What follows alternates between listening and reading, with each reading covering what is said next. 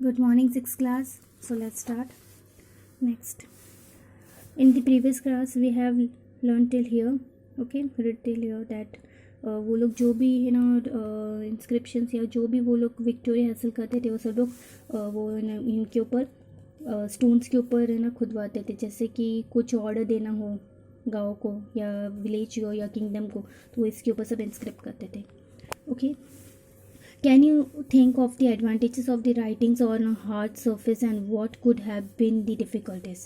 अब बहुत सारी डिफ़िकल्टी होती है। हम लोग क्या किसी हार्ड सरफेस पे या वॉल पे लिख सकते हैं? No, it is very difficult. तो ये बहुत डिफ़िकल्ट था। There were many others things that were made and used in the past. Those who study these objects are called the archaeologists. जो इन ऑब्जेक्ट्स के जो इन्हें ना ये सब स्टोन्स के ऊपर जो इंस्क्रिप्ट किया होता है वो रीड करते थे, उनको आर्कोलॉजिस्ट कहा जाता है, जो पास्ट के बारे में नॉलेज होता था। They study the remainings of the buildings made of the stones and the box paintings and the sculptures. They also explore and excavate dig under the surface of the earth to find the tools, weapons, pots, pans, ornaments, and coins. Some of these objects may be made of the stones, others of the bones, barks, or clay, or the metal. Objects that are made of the hard, imperishable substances usually survive for a long time. देखो, जो archaeologist होते थे वो हमें idea भी बताते थे। वो लोग हमें बताते कि क्या क्या ये इससे ना इन पत्थरों के ऊपर इंस्क्रिप्ट किया हुआ है, क्या क्या राजाओं ने लिखवाया था। ओके, नेक्स्ट हमें बहुत सारे ऐसे है ना पेंटिंग्स मिली है बाक्स के ऊपर, जो थिक लीफ होता है उसके ऊपर, या किसी ट्री की है ना जो बाग होता है उसके ऊपर कुछ लिखा हुआ इंस्क्रिप्शंस पेंटिंग्स मिले हैं। हम लोगों ने जो डिग किया था, जो हम ग्राउंड में डिग करते हैं अर्थ में, उसके अंदर से भी बहुत सारे उनको tools, weapons, pots, pans, ornaments और कॉइन्स मिले हैं उस सेंचुरी के। नेक्स्ट, बोन्स, बेक क्लेज और metals, stones, different types stones, bones और क्ले और मेटल्स मिले हैं। And they are usually survive for the long time. Look here, they have given the picture of the pot and some coin and some drawing is there. Okay, they have was there. Okay, archaeologists also look for the bones of the animals, birds, and fish to find out what people ate in the past. Plants remains survive far more rarely. If seeds of the grains or piece of the wood have been burnt, they survived in the charred form. Do you think the clothes is found frequently by the archaeologists? देखो, ऐसे बहुत सारे है ना plants भी मिले उनको जो आज भी सर्वाइव करते हैं, प्लांट्स पहले के। और कुछ ऐसे ऐसे उनको ना कॉइन्स मिले, पॉट्स मिले जिनके ऊपर कुछ उन्होंने ना कुछ लिखवाया होगा किंग्स एंड क्वींस ने, तो आज भी वो सर्वाइव है, आज भी वो डिस्ट्रॉय नहीं हुए हैं। हिस्टोरियंस दैट आप ये थिंक कर सकते हो कि क्या है ना पहले के ज़माने के क्लोथ्स के बारे में भी आर्कोलॉजिस्ट ने ढूंढा होगा।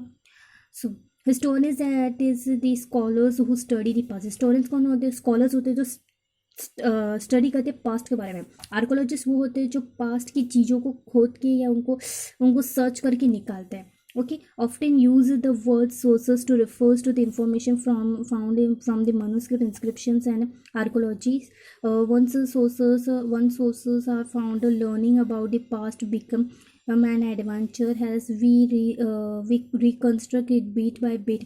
So historians and the archaeologists are like detectives who use all the sources like clues to find out about our past. Historians और स्कॉलर्स एक ऐसे डिटेक्टिव्स है जो हमें बताते हैं पास्ट के बारे में। हिस्टोरियंस हमें पास्ट के बारे में, पास्ट की इंफॉर्मेशन देते हैं, और आर्कोलॉजिस्ट हमें पास्ट की है ना ऑब्जेक्ट्स के बारे में हमें इंफॉर्मेशन देते हैं। वन पास्ट और many. Did you notice the title of this book our past?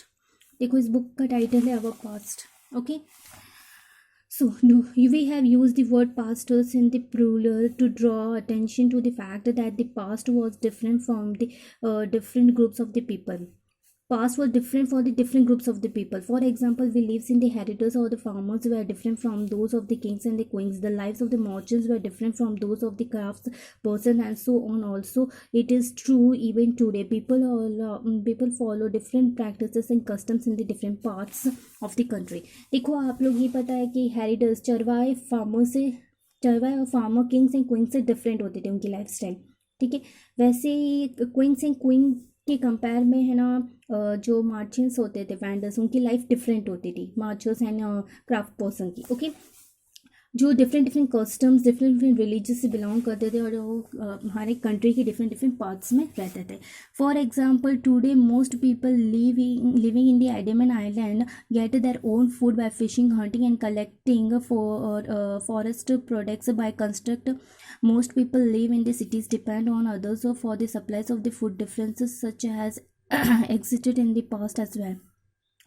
देखो आज भी बहुत बहुत सारे ऐसे लोग हैं जो अंडमान आइलैंड्स में रहते हैं, खुद अपना फूड कलेक्ट करते हैं, खुद फिशिंग करते हैं, हंटिंग करते हैं और अपने ऑब्जेक्ट्स जो भी उनको ज़रूरत होती है अपने लाइवलीहुड के लिए वो खुद है ना खुद उसको लेके आते हैं. ओके, खुद मेहनत करके. बट हमारे जो सिटीज़ में लोग रहते हैं वो आज डिपेंडेड है एक दूसरे के ऊपर. We are dependent on the farmers, because farmers क्या करते हैं, कल्टिवेट करते हैं क्रॉप्स को और वो हमें वीट और बाजरी देते हैं, हम उनके ऊपर डिपेंडेंट हैं. वैसे ही ठीक है, हम लोग डिपेंडेंट है मेडिकल शॉप्स के ऊपर कि हम वहाँ पर जाएंगे तब वो हमें दवाइयाँ देंगे.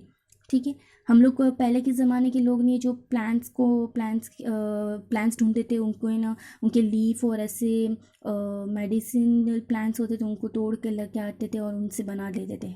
ऐसे हमारे पास अभी टेक्निक्स नहीं है जो पहले के यूज़ होती थी. Besides there are other kinds of differences. We know a great deal about the kings and the battles they fought because they kept records of their victories. Generally, ordinary people such as the hunter, fishing, forage gatherers, farmers, or the heritors did not keep the record of what they did. While archaeology help us to find about their lives, there is much that remains unknown. देखो जो है ना kings and queen's थे उन्होंने तो अपने ना जो भी उन्होंने विक्टोरिया हासिल की थी या जो भी उन्होंने ऑर्डर्स दिए थे उन्होंने ना पत्थरों के ऊपर इंस्क्रिप्ट करवा दिए थे, स्टोन्स के ऊपर. बट जो हंटर्स, फिशिंग फोक और गैदर्स, फार्मर्स थे, इन लोगों ने कुछ नहीं करवाया था. उनके बारे में जो है ना हम लोगों ने रिसर्च की है वो किसने की, आर्कोलॉजिस्ट थे, उन लोगों ने रिसर्च करके हमें बताया. So okay, so your chapter is still here, it is finished and will complete the dates and this one. Okay, so start. What do dates mean? Dates का meaning क्या है? If sometime somebody asks you the date, you will probably mention the day, month and the year 2000 and something. These years are counted from the date generally associated to the birth of the Jesus Christ, the founder of the Christianity.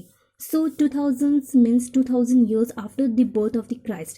All dates before the birth of the Christ are counted backward and usually have the letters BC, before Christ, added on. In this book we will refer to the dates going back from the present using 2000 as our starting point. देखो हम लोग है ना अभी हमारे अगर आपको पूछा जाएगा what is your date of the birth, then आप अपना डेट बताओगे, डे बताओगे, मंथ बताओगे एंड ईयर बताओगे, जो हम 2000 ईयर बोलते हैं. बट जो ये कहाँ से स्टार्ट हुआ, जीसस क्राइस्ट की बर्थ के बाद से हम लोग जो काउंटिंग करते हैं वो हमारा है ना आफ्टर काउंटिंग होता है. जो बैकवर्ड काउंटिंग होता है जीसस क्राइस्ट की बर्थ की पहले की जो भी काउंटिंग होती है उसको बैकवर्ड काउंटिंग बोलते हैं. ओके, क्योंकि जीसस क्राइस्ट की बर्थ के बाद से 2000 हम लोग जो भी आगे की सेंचुरी आई वो हुई. ठीक है, उसके पहले के बारे में जो हम लोग काउंटिंग करते हैं वो बैकवर्ड काउंटिंग होता है. ठीक है, जैसे कि हम लोग काउंटिंग स्टार्टिंग कैसे करते हैं 10 9 8, ये क्या है 10 9 8 7 6 5, ये बैकवर्ड है. और आगे कैसे करेंगे 7 8 9 10, दिस इज फॉरवर्ड. ओके, जो ये जीसस क्राइस्ट जो क्रिश्चियनिटी के फाउंडर थे, ठीक है, उनके बर्थ के पहले को क्या बोलते हैं, BC, बिफोर क्राइस्ट. और बर्थ, ठीक है, इसके बारे में हम लोग लर्न करेंगे. Letters with dates. BC we have seen the standard for BC, before Christ. BC मतलब बिफोर क्राइस्ट के बर्थ के पहले का. You will sometimes find the AD before dates. This stands for the two Latin words Anno Domini. AD means Anno Domini, meaning in the year of the Lord. Anno Domini मतलब कि जिस समय Lord Jesus Christ अर्थ पे थे उस समय को क्या बोलते हैं, Anno Domini, जिसके लिए हम लोग AD यूज़ करते हैं. This one. Okay, next. So 2005 can also be written in AD 2005. Okay.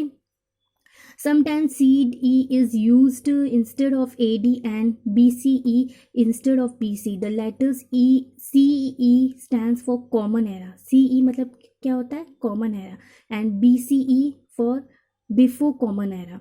We use these terms because the Christian era is now used in most countries of the world. In the India, we began using this form of dating from other 200 years ago, and sometimes the letter BP, meaning before present, are used. Find two dates mentioned on the page 3. Which set of the letters would you see for them? Page 3.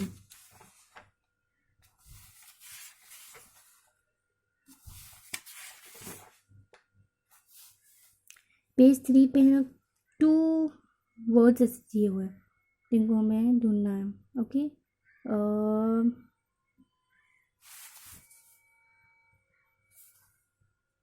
where they have given.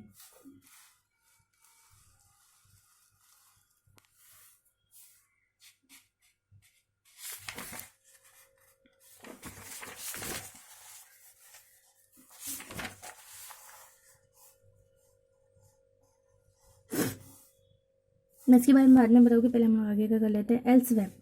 Okay, देखो ये जो सारी dates बताए हुए हैं, देखो BP means before present, ठीक है, और बीसीई का होता है before common era, and CE का कॉमन एरा.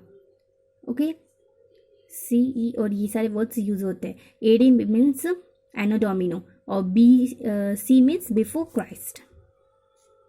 ओके, बस आपको यही याद रखना है.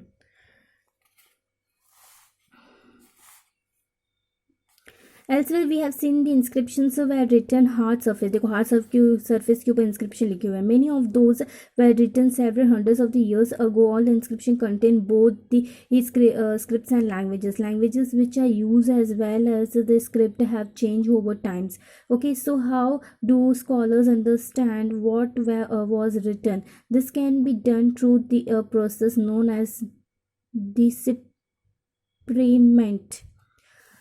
जो स्कॉलर्स के पास कुछ ऐसा एक है, उनके पास आइडियाज़, जिसकी वजह से वो लोग ये वाले जो इंस्क्रिप्शन लिखे हुए थे उनको लर्न कर सकते हैं, उनको रीड कर सकते हैं. ओके, जो आर्कोलॉजिस्ट के पास होते थे, जो हमें बताते थे, जो इंस्क्रिप्शन उन्होंने लिखे थे वो रीड करते थे, उनसे हमें इंफॉर्मेशन मिलती थी. Okay, one of the most famous stories of the decipherment came from the Egypt, a country in the north Africa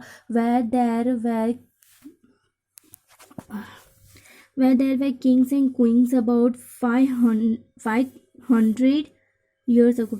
5,000 years ago. Okay, Rosetta is known is a town on the north coast of the Egypt, and here an inscripted stone was found which contains inscriptions in 3 different languages and script: Greek and 2 forms of Egyptian.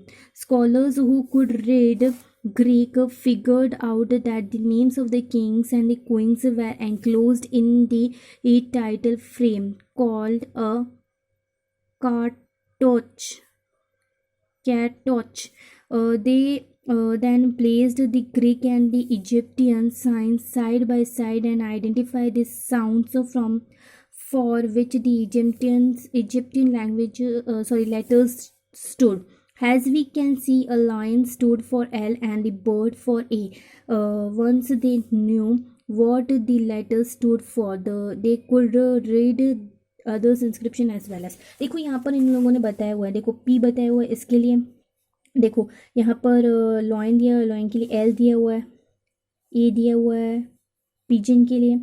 Okay, हर किसी के लिए अलग अलग symbol इन्होंने, अलग अलग symbols के लिए अलग अलग लेटर्स इन्होंने दिए. तो इस तरह से वो वो है ना रीड कर पाते थे, जो आर्कोलॉजिस्ट होते जो इसके बारे में रिसर्च करते थे. वहाँ वैसे ही यहाँ पर इजिप्ट की एक बताया हुआ है, वहाँ पर भी उनको एक इंस्क्रिप्शन मिला इस तरह से, और उन लोगों ने है ना ये इस इंस्क्रिप्शन को किस तरह से रीड किया था, ये ऐसे लेटर्स रख कर उन्होंने रीड किया. तब उनको पता चला कि एक किसी जगह पर वहाँ पर है ना किंग्स एंड क्वींस का नेम भी लिखा हुआ है. Okay, so we have completed our chapter.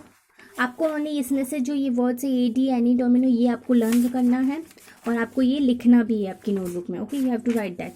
Okay, our chapter is finish. In this past chapter we have studied about what, where, how and when. कैसे हम लोगों ने इस चैप्टर में हमें ये पता चला कि किस तरह से फर्स्ट विंध्यास में राइज मिली होगी, फिर गंगा के किनारे वहाँ पर लोगों ने ना घर बसाना स्टार्ट किया था, फिर फर्स्ट सिटी मगध हुआ जो किंगडम बन गया।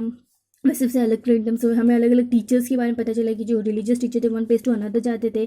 फिर हमें ना पता चला कि वन प्लेस है ना लोग अपने वन लाइवलीहुड के लिए वन प्लेस से डिफरेंट प्लेस पर ट्रैवल करते थे। वो लोग अपने नॉलेज को है ना एक्सपैंड करने के और लोगों को बताने के लिए one place to another place जाते थे। उसके बाद हमें हमारे लैंड का नाम भारत कैसे मिला उसके बारे में हमें पता चला। फिर हम लोगों ने पास के इंस्क्रिप्शंस के बारे में लर्न किया कि वो किसके ऊपर पाम लीफ के ऊपर लिखते थे, जो हमें हिमालयस में ग्रो हुआ लीफ था जो वहीं से मिलता था उसी ट्री के ऊपर। Okay, and then we have studied the inscription they wrote on the stone, the kings and the queens, और then the pots, the coins and the past. और पास्ट के बारे में जो लर्न करते हैं, जो बताते हैं उसको हिस्टोरियंस बोलते हैं, और जो पास्ट की ऑब्जेक्ट्स के बारे में हमें इंफॉर्मेशन देते हैं डिग कर करके, ओके, उनको आर्कोलॉजिस्ट बोलते हैं। एंड हमने जीसस क्राइस्ट की बर्थ के बारे में भी लर्न किया कि वो जीसस क्राइस्ट की after Jesus Christ is known as A anno domini means the time of the Jesus Christ, जब जीसस क्राइस्ट थे, ओके। और बीसी मीन्स बिफोर क्राइस्ट, और ठीक है, और जो भी था हम लोगों ने लर्न किया इसमें, ठीक है, BC AD BCE CE, okay, so our chapter is finished. In the next class I will complete the question answers all, okay, so you have to read this chapter. मैं पूरा चैप्टर का एक साथ PDF आपको send कर दूँगी, आप इस पूरे चैप्टर को एक साथ रीड करोगे, ओके, बाय।